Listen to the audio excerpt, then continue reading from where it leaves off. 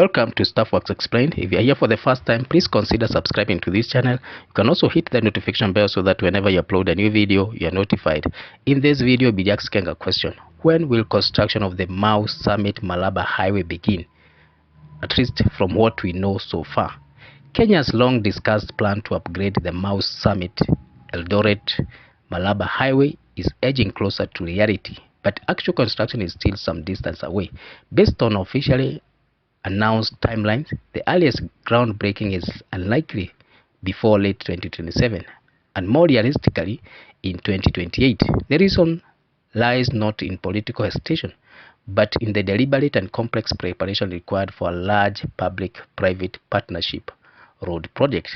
The 243-kilometer road, which runs from Mau Summit in Nakuru County, where the Rironi-Nakuru Mau Summit road terminates, through Eldoret to Malaba border, is one of the most strategic transport corridors in East Africa. It connects Kenya, interior, and neighboring countries, including neighboring Uganda, Rwanda, Eastern Democratic Republic of Congo, and Burundi to the port of Mombasa. It's a part of Northern Corridor and Trans-African Highway Network, making it central to regional trade.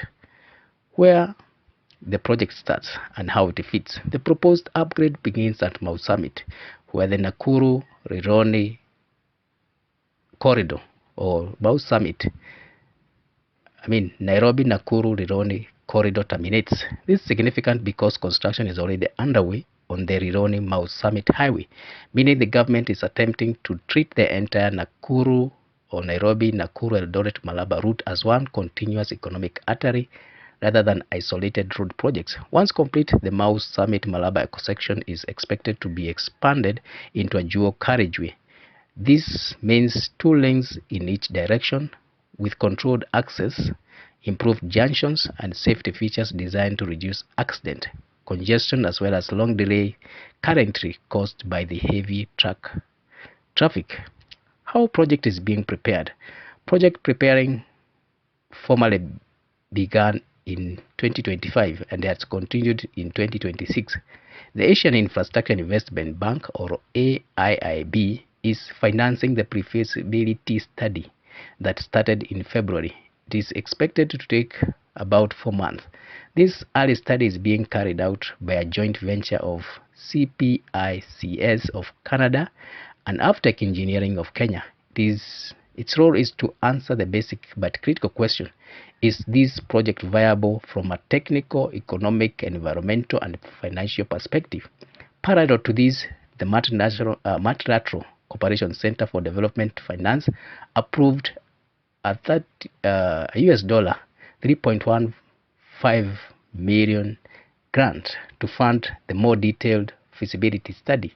That comprehensive study will go deeper, assessing engineering risk, climate resilience, environmental and social safeguards, traffic demand, and affordability of the tolling. It will also design the public-private partnership structure, including draft contracts and tender documents. The government has indicated that procurement of consultants of this full feasibility study and transaction advisory services should be completed by the second quarter of 2026. The procurement timeline and what it means for the construction. Now let's look at that.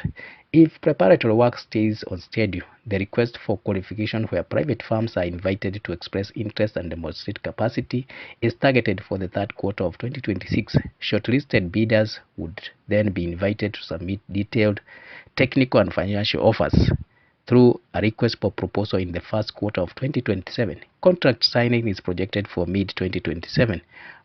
Only after this point would the private partner take over the design finalization, financing arrangement, and mobilization for construction. From a project management view, this means actual construction would not realistically begin until late 2027 unless expedited, like it happened in the Rironi Nakuru Mau Summit way.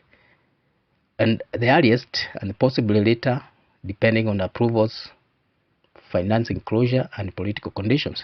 Why a private partnership is preferred for this project? The government has adopted or opted for public-private partnership model in which private firm designs, finances, builds, operates, and maintains the road over concession period. This approach is being pursued primarily because of fiscal pressure. Kenya's fourth mid-term plan estimates infrastructure funding needs far beyond what public borrowing alone can support. In this arrangement of PPP, the government shifts part of the financing burden and construction risk to the private sector while spreading payments over time. This model also incentivizes long-term maintenance, and something that has historically been weak in public-funded projects. However, PPP are not cheaper by default. They require tolling or availability payments to recover investment, which brings political and social challenge.